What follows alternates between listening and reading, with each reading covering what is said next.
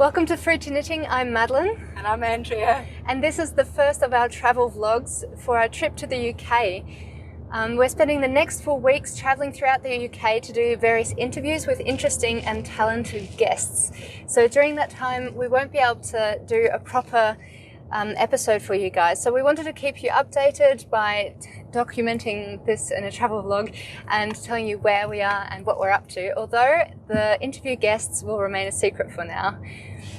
Usually when we travel to the UK for our family holidays, we travel up to France and take the Eurotunnel train from Calais to Dover. But because of COVID, everything's more complicated, and when we were planning this trip, France was a red-listed country. So we decided to drive up to Holland instead. So we're taking an overnight ferry from the Hook of Holland up to Harwich. And right now we're taking about 6 hours to get there on the German Autobahn. And there's a lot of traffic jams at the moment. You can see Mum's driving. She's got her eyes fixed on the road, and behind us is our luggage. It's covered by a blanket right now, but it's quite a lot of luggage, and about half of it is just pure equipment and the other half is clothes.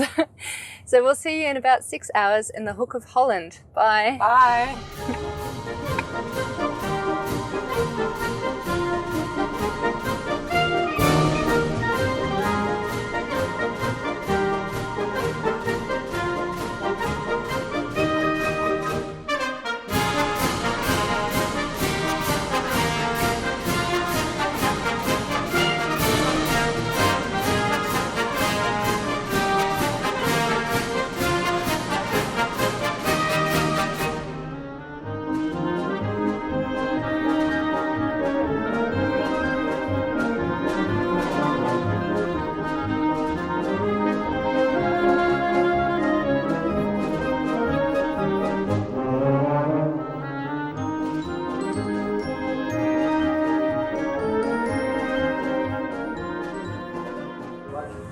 We're at the Hook of Holland now, or the corner of Holland as the Dutch like to call it.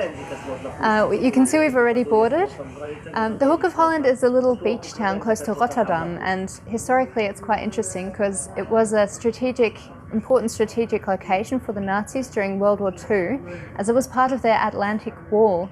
So the Atlantic Wall was a Nazi defense system against the Allies that stretched across the European coastline. It went right from Norway right down to the French-Spanish border. So I thought that was quite interesting. We've boarded the ferry now and we're relaxing for now and eating dinner. The ferry leaves around 10 p.m. and we'll be arriving at 6:30 in the morning in Harwich. So we have to get up early. And because it's dark, we won't be able to enjoy the ocean view. But I am looking forward to being rocked to sleep gently by the waves.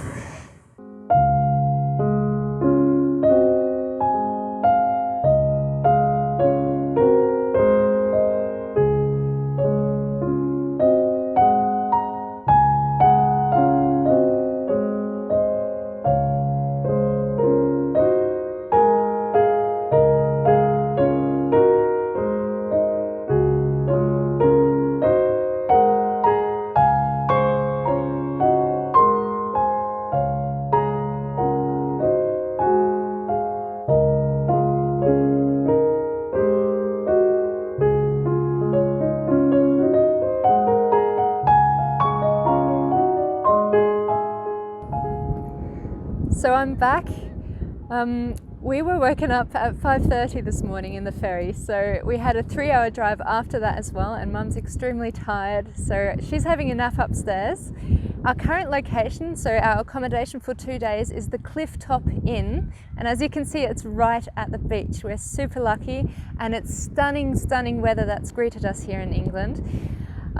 So I thought I'd just show you around a little bit and tell you about what we're up to next. We're hopefully going to be driving through Overstrand tomorrow, because Overstrand's quite close by. It's supposed to be a super pretty village.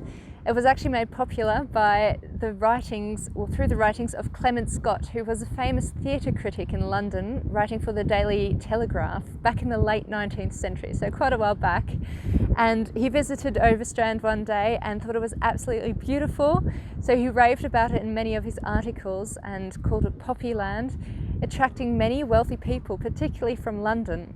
So Overstrand used to be a simple fishing village, but thanks to Clement Scott, it turned into the so-called village of millionaires. And they even built a large hotel at the cliff edge. Unfortunately, due to erosion, it fell into the sea. So I don't think they'll be making that mistake again. And apparently erosion is still a big problem because the cliffs are made from soft boulder clay. Yeah, and I think I'll just show you around next.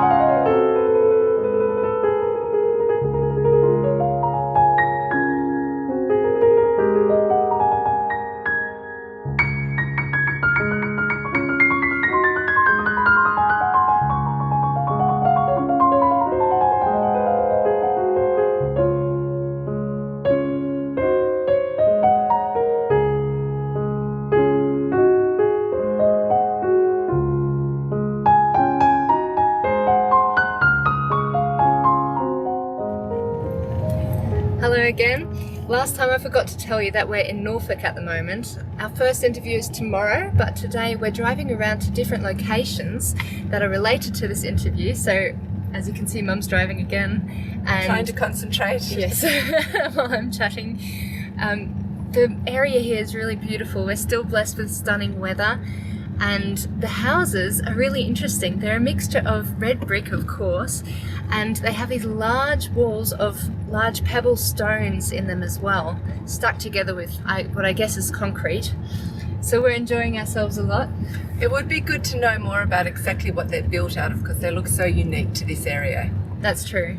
So today we're just driving around filming at different sites and everything that's related to tomorrow's interview, which will be, whoops, here comes a tractor, which will be in the town of Overstrand.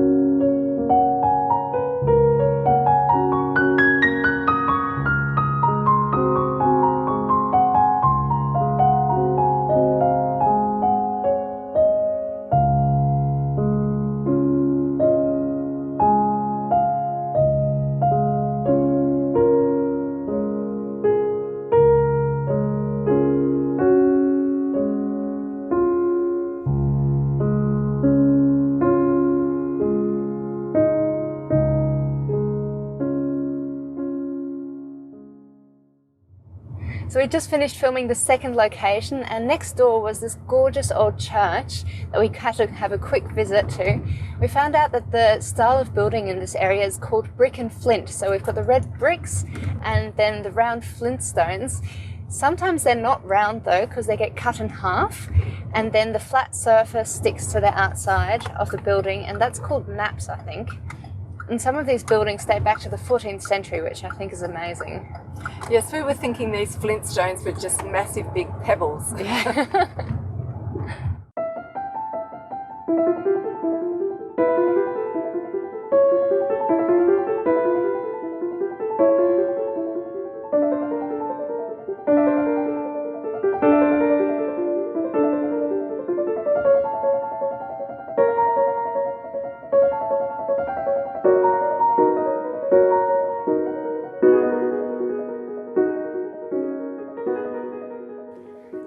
So we've just arrived here and we're sitting down to have some warm cheese scones with red onion chutney. This is very English and we're very excited about it, and a cappuccino. Not as English. No, exactly. So we did our first interview yesterday. I've been doing a ton of driving everywhere, so I'm really quite exhausted. We've got our second interview tomorrow, And right now we're in the Midlands of England and we're near the market town of Melton Mowbray, which is a really old town. You looked it up, didn't you? Yes, I did. I thought it was quite interesting because it's been a market town for a very long time, about over 1,000 years. And it also has a really old school that dates back to the 14th century. Melton School. Yeah. So maybe we'll have time to have a look at the city tomorrow. Or the town. Yeah. And if we Sorry, drive the city. through, we'll take a little bit of footage of it. Yeah. But we don't have a lot of time to actually do any sightseeing. We're going to spend most of tomorrow doing the interview, setting it up, and Yeah. it's going to be a very good one. Yes. Should we tell them? Yeah. Yes, we said it would stay a secret, but we're too excited about this one. It's with Marie Wallen. Yes. So one of my favourite designers and probably one of yours as well. Yeah, I love her jumpers. Yeah, so she's been doing some amazing new collections and we're going to have a look at those designs.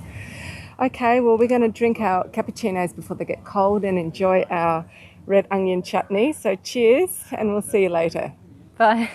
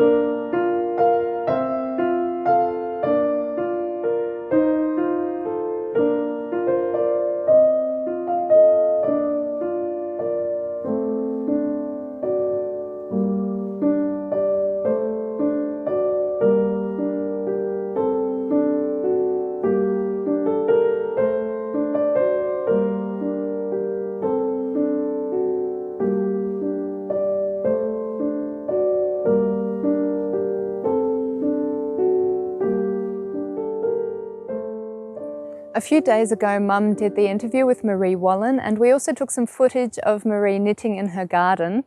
I really enjoyed meeting Marie because she is one of my favourite knitwear designers. And afterwards, she and her husband Mark invited us for lunch, which was nice, and their 2 German pointers joined us in the kitchen. They're very beautiful dogs. So we had a lovely time with them, and then the next day we drove up to Sheffield in Yorkshire. I won't tell you who we interviewed there because I don't want to spoil all of the surprises. But I will say that this person is packed with knowledge and very fun to talk to. Yeah, so Sheffield itself was a very pretty city. We didn't stay there for very long though, because we had to drive on to our current accommodation at the same day. So now we're stationed close to Haworth. Haworth is going to be our base for the next 2 weeks, from which we'll drive to our different interview locations. This area is well known for being the home of the Bronte sisters. Their father was a pastor, so they lived in the parsonage, which is now the Bronte Parsonage Museum. And if we have some free time, we might go and visit it.